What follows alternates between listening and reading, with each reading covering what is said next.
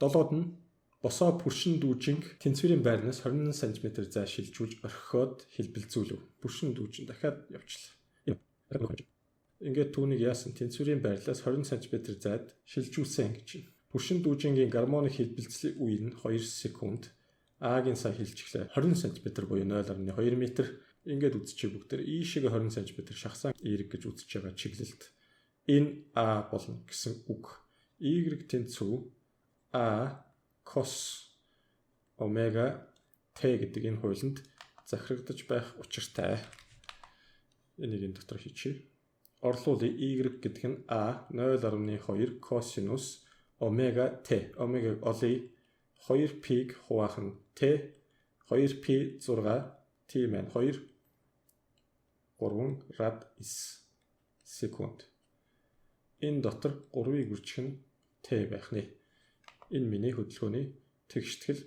Хурдныхын тэгштгэлийг нь олохын тулд уламжлалыг нь авчиж төмөрөө тэнцүү хасах 0.2-ыг 3-аар үржүүл. Энэ 0.2 мөн баха. 0.6 гарна. Синус 3t.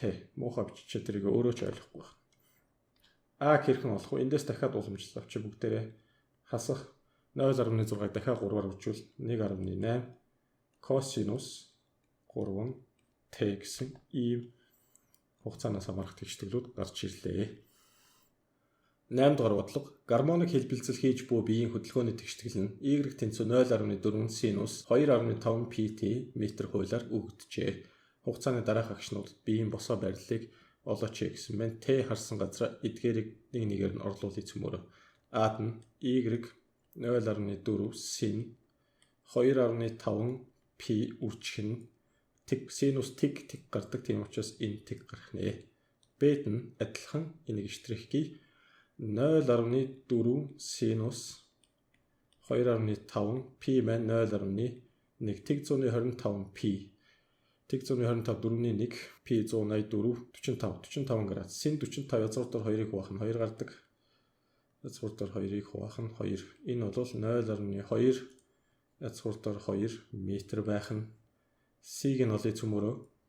Y 2 штрихгий түүнийг 0.4 син 2.5 p 0.6 тэнцүү 2.5 0.6 хэд гарах вэ?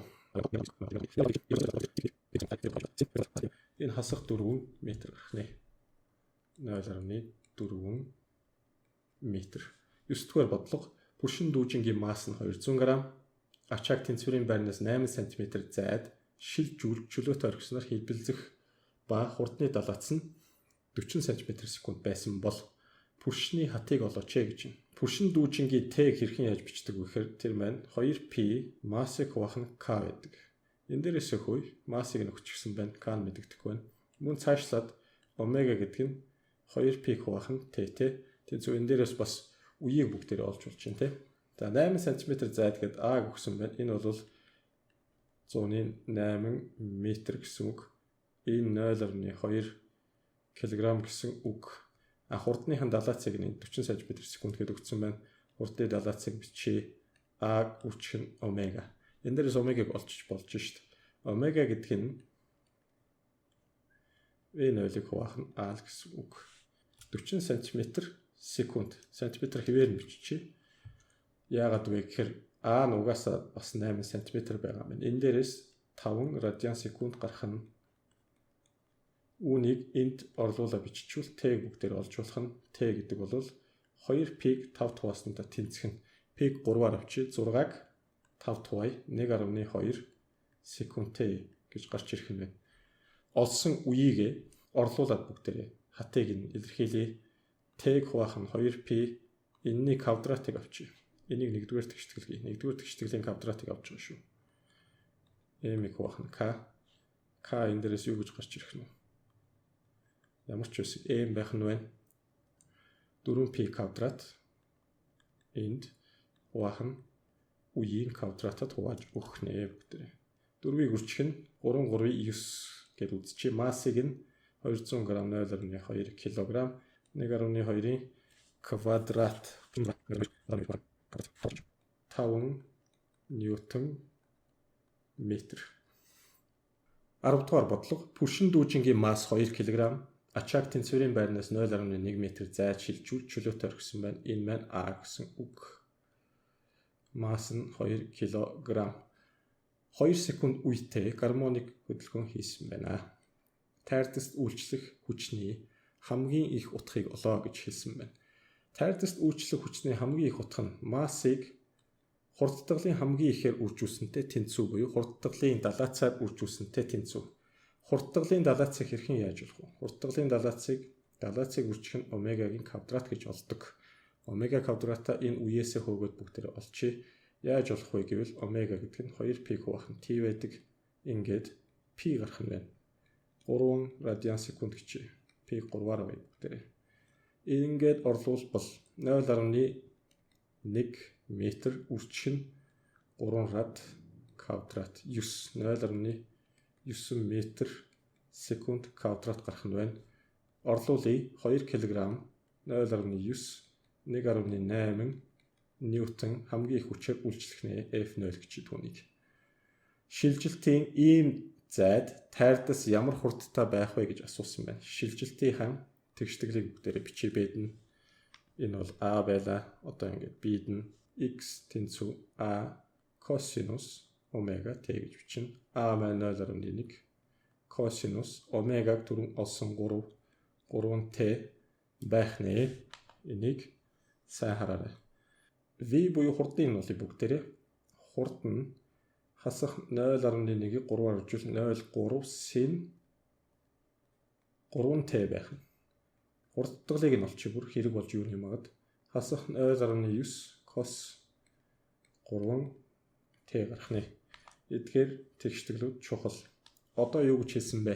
0.5 м x нь 0.5 байхад 0.1 cos 3t байгаа. Энэ арт 0.5-ыг 0.1-т хуваагаад 0.5 косинус ямар өнцөг дээр 0.5 гартыг 60 градус өнцөг дээр.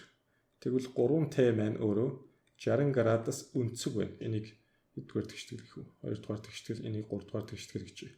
2 дугаар тэгштгэл саяныхаа олсон орлуулчих. Хасах 0.3 синус 60 градус. 6 дугаар 3-ыг хуваах нь 2 1.5 тэг 15. 6 дугаар 3 метр секунд. За тэр хэд гэх юм бэ? Ер нь тооцоолж жилд. 0.26 юм байна шүү. Эндээс бичье. Тэг 26 метр секунд. C-г нь хаана багтаах вэ? Энэ багтаачвал яаж юм?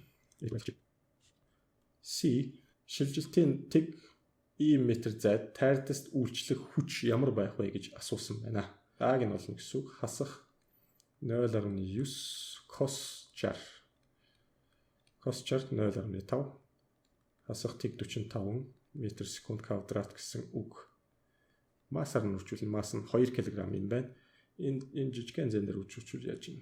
F' ий 2-ыг үржих нь тэг 45 0.9 ньютон хүчээр үйлчлэх нэ сийдэн. 11 пүршин дүүжин тэнцвэрийн байрнаас 3 см татаж чөлөөтэй орхиход 10 Гц давтамжтай гармоник хэлбэлцэл хийсэн байна. А-г нь өгсөн байна. 3 см 10 Гц давтамж нью өгсөн байна. Энэс цикл давтамжийг олж болно. Доор координатуудад ямар хугацааны дараа хүрэх вэ гэж асуусан байна. Омегаг нь олчих. Омега 2π үржих нь нью 6-г үржих нь 10 60 радиан секунд. Түүний дараачаар x хөдөлгөөнийхөө тэгшдэглийг бичье. A cos омега t. А нь хэд юм бэ? 3 см. Косинус омега нь 60.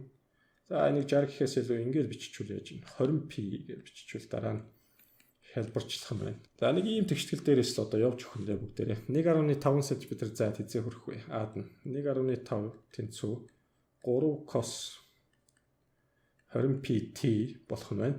1.5 3 0.5 60 градус 20π t. Тэр 60 градусыг бүгдээрээ радиан руу шилжүүлэх хэрэгтэй шүү. Яаж шилжүүлэх вэ гэвэл 60 градус нь x, нөгөөх нь p, энэ нь 180 градус. Ингээд x гэдэг болвол 60π-г 180 хуваана л гэсэн үг. P хуваах нь 3. Энэ явж хэдтэй тэнцэх вэ гэсэн чинь p хуваах нь 3 та тэнцэх нь p-нүүд нь хураагдлаа.